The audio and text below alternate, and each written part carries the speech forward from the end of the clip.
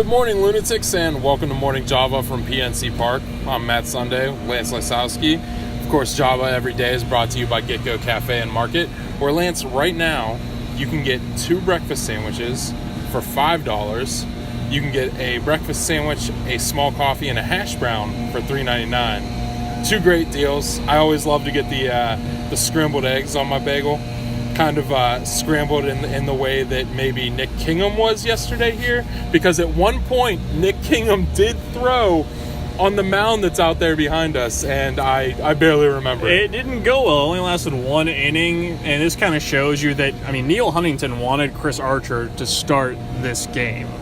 Almost begged him to do it after they acquired him in the trade, but Archer wanted his parents to be here, he wanted to get friends here, and he just got here this afternoon. I don't think it was really made a lot of sense. So there's a reason why. Nick Kingham's going to AAA now. He had a really rough start last time around. Again, lasted 1 inning tonight. So now you know what the rotation is going to look like, at least. Yeah, it might have felt a little bit rushed if he would have been thrown out there. It was kind of whirlwind today. He arrives, he's wearing the Antonio Brown jersey. He's out there. He meets and greets everybody on, of course, his new teammates. Yeah. He does the press conference, which, we were both at. And, a lot of fanfare, people already wearing his jersey in the crowd. It made a lot of sense to have him start tonight. It was a scheduled day with the Rays. Kingham was going to be the starter going down anyways. Now you have to bump back the other guys like Nova and Williams and Musgrove. But Friday night against the Cardinals, you're going to have a lot of people in these seats. It just makes too much sense to bring your big deadline acquisition on a night like that. So, Lance, you brought up the rotation, what it's going to look like. What is it going to look like now once Chris Archer goes out there and throws Friday night in front of presumably a pretty good crowd? So Archer, Tyone, Musgrove, Williams, and Nova. And then they do have a situation to work out with their bullpen now that Glasnow is gone, but we'll get to that. You look at that rotation Sunday. I know that Trevor Williams had some issues earlier in the season with command, but 17 consecutive scoreless innings. Nova hasn't been half bad, not great, but good enough. And Musgrove and Tyone, that's a pretty good top 3, I would say, in that rotation now that you add Archer into the mix. Yeah, it's been good to see Trevor Williams kind of get back into that start of the season form that he's had going. And, man, I can't discount what Joe Musgrove has kind of done to this rotation, because when he's out here, even when he's not throwing, he's talking to everybody. He and Archer spoke for most of the game yesterday. They're spending time together on the bench, and he's just so fired up on the mound. And honestly, I thought it was working with Nick Kingham too, but you can't go out there and get shelled in the first inning of a game. Yeah, he just needs more time, and Kingham's not a guy you want to slide into the bullpen yet. They want to continue to develop him as a starter, but you mentioned Musgrove and the type of intangibles he brings, not only on the mound but off it. That's something Garrett Cole didn't have. Yeah, man, he's a shark. He posted one time on Instagram, "Be the shark, not the seal," and he carries that mentality. As in the middle of Shark Week, I love watching this guy play. He's always so fired up. He screams when he gets a guy out. He screams when he doesn't. Yeah. He screams when they score runs. He runs on the base path. Guys love playing behind him, and when things don't go his way, you don't see sort of the tantrums you might have seen with a starter who was in this rotation last year. And it's all about, you got to be the leader on the mound, and they just got another guy, Chris Archer, who's like that.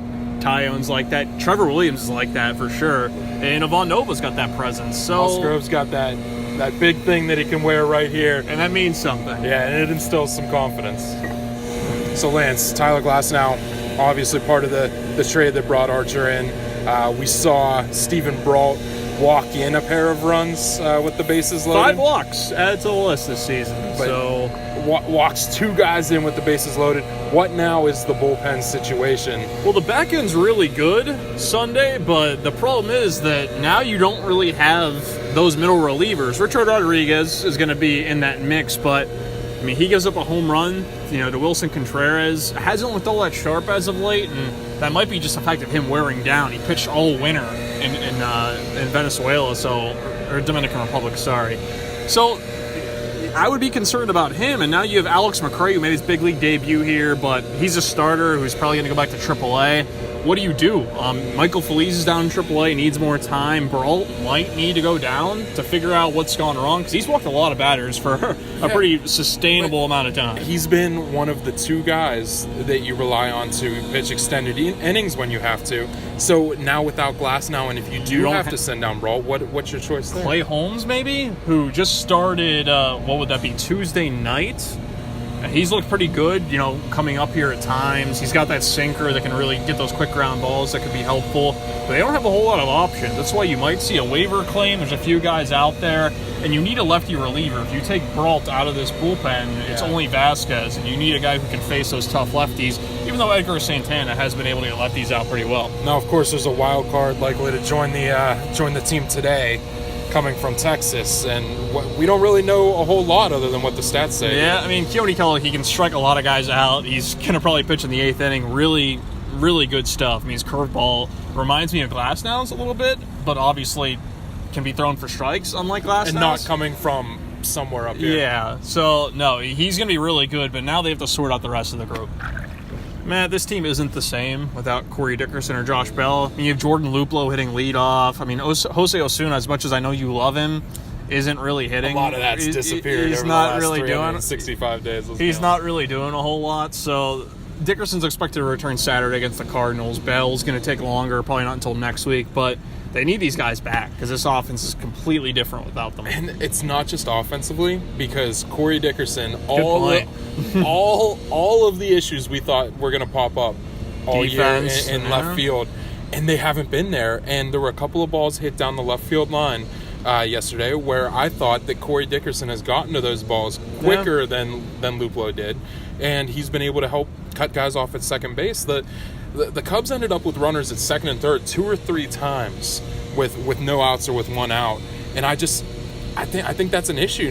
We're used to seeing Starling Marte out there being able to cut guys down in that position, and Dickerson's been good there too. But listen, Dickerson, this is a guy that fell off in the second half over the last couple of seasons, and he raised his batting average 10 points in the starting of the second half here. They need him back, and they need him to be in that front part of the lineup. Josh Harrison seems like he's dealing with a hamstring injury. Sean Rodriguez is doing Sean Rodriguez things.